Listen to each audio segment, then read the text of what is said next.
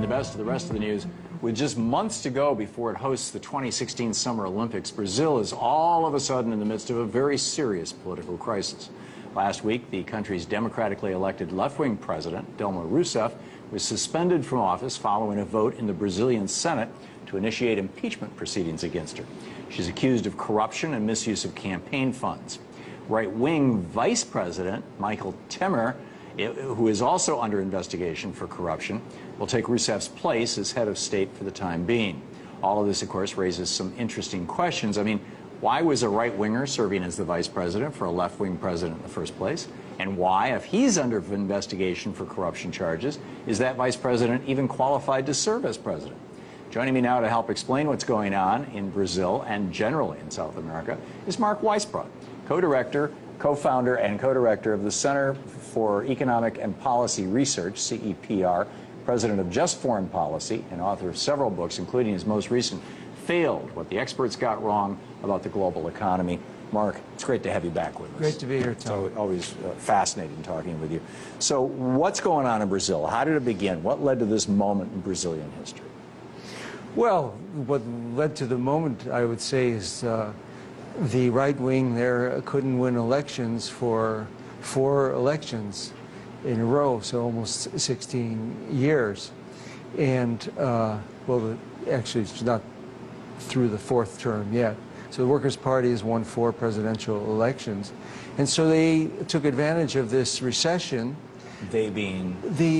A coalition of the right, basically, and center-right forces took advantage of this recession that the economy's in to go after and get rid of her through an impeachment proceeding, even though there's no impeachable offense. They're not, you know, and they also took advantage of the media. You know, the media is a huge force there. It's kind of like if you had Fox News here with 70% of the media.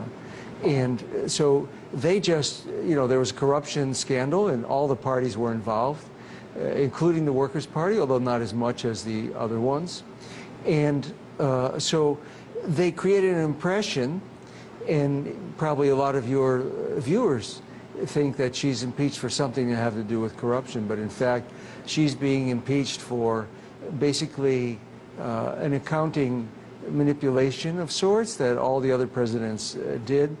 It's just basically using money from a state bank to make the budget balance look a little better than it was. Wow. I mean, that's the kind of stuff Scott Walker does. It's the kind of stuff yeah, the federal government has done too. So, yeah, I mean, the narrative that I get from like, you know, the kind of Wall Street Journal narrative, the conventional American, semi-conservative, mainstream narrative of what's going on in South America in general, is that, you know, we've had a couple of decades, maybe a decade and a half anyway, of somewhat left-wing governments in South America, in Argentina, in Venezuela, and in Ecuador, and Paraguay, and in Brazil, and Chile, and they're all failing. And they were only successful because, you know, in Venezuela they were exporting oil and it was over $100 a barrel, so they could have a healthy welfare state.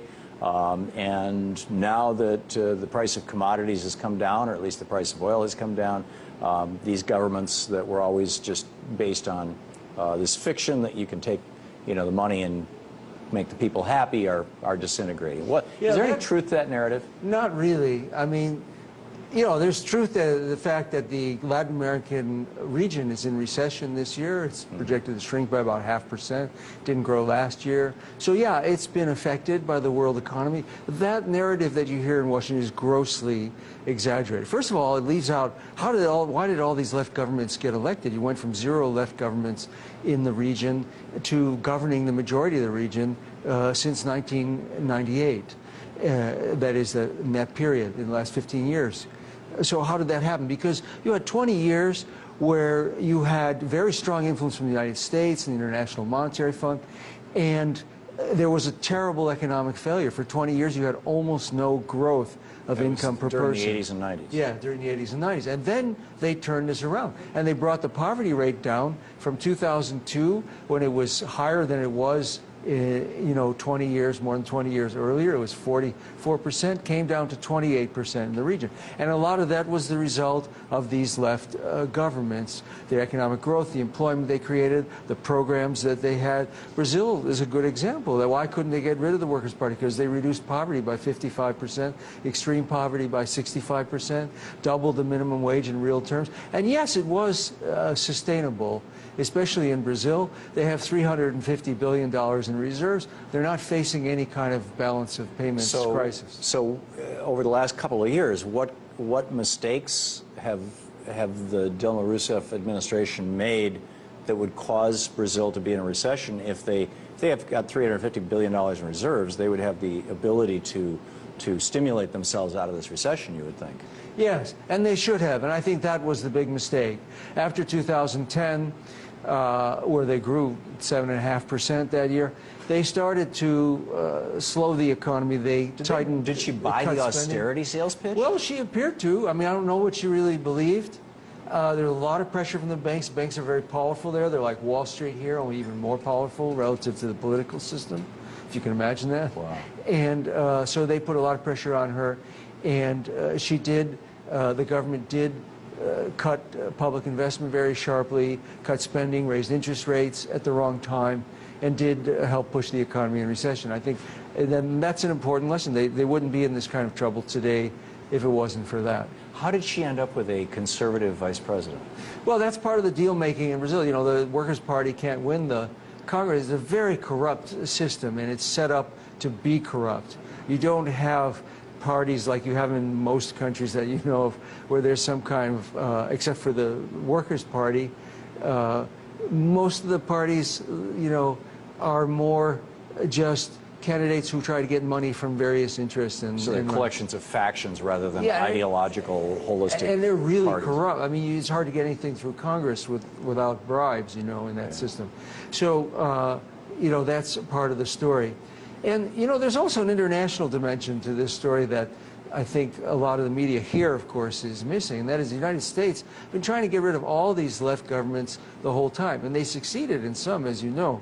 You know, there was a military coup in Honduras, which in 2009. In 2009, which, you know, Hillary Clinton wrote in her memoirs that she, in her book, that she helped, worked, and successfully to prevent the democratically elected president from going back. And she supported the coup. She supported the consolidation of the coup, for sure, and helped it succeed. Why would a progressive administration, the Obama administration, be supporting right-wing movements in South and Central America, illegally overthrowing a democratically elected left-wing government? Well, they're still doing it. I mean, you know, President Obama went, his last trip, he went to Cuba, but he also went to Argentina to support and praise the new right-wing president there. And then his administration unblocked the loans that they were blocking from multilateral lending agencies to Argentina, again, to show support for the right-wing government. They had blocked these loans under the prior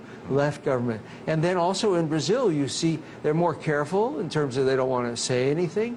But right during the impeachment of Dilma, the leader of the impeachment in the Senate, Aloysio Nunes, came to the United States and met with Tom Shannon, number 3 person in the State Department, the guy who's really in charge of Latin America policy.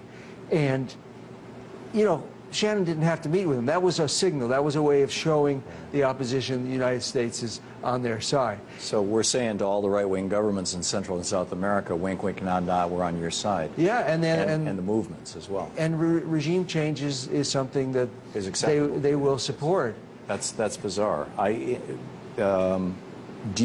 Is this like, have we reached this dystopian time when, you know, the multinational corporations in the United States and the media, who don't talk about this in the United States, and the multinational corporations in Brazil and Argentina and other countries in South America, and their media, who are all corporate now, or sort of like Fox News, have become the tail that wags the dog of what should be government?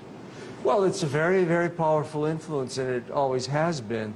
I mean, that's what really changed in the 21st century, and the U.S. is trying to roll it back. What changed is the country's got much more independent. You know, when Lula ran for president in 2002, he sat down with his opponents and the International Monetary Fund, and the fund told them what the economic policy was going to be for the first couple of years, no matter who won the election. That's how it used to be. And they got rid of the IMF, and they did much better. They changed a lot of economic policy, and the U.S. is trying to roll it back, not so much as they care about the economic policy of these countries, and it's not even so much corporate driven. It's really a very simple thing. It's about power.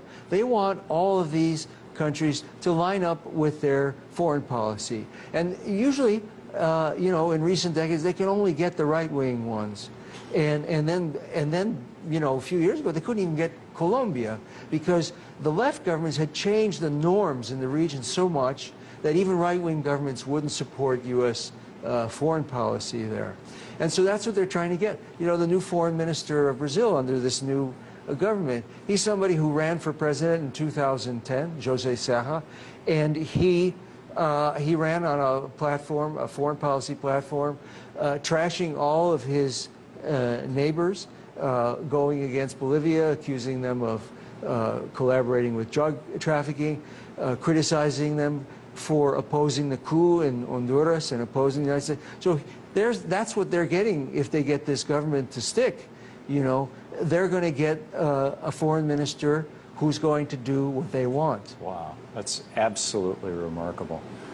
Mark, I so appreciate your in-depth knowledge of the region and your willingness to come here and share it with us. Mark Weisbrot. Thank you. It's great having you with us. Great to be here. Thank you so much, Mark.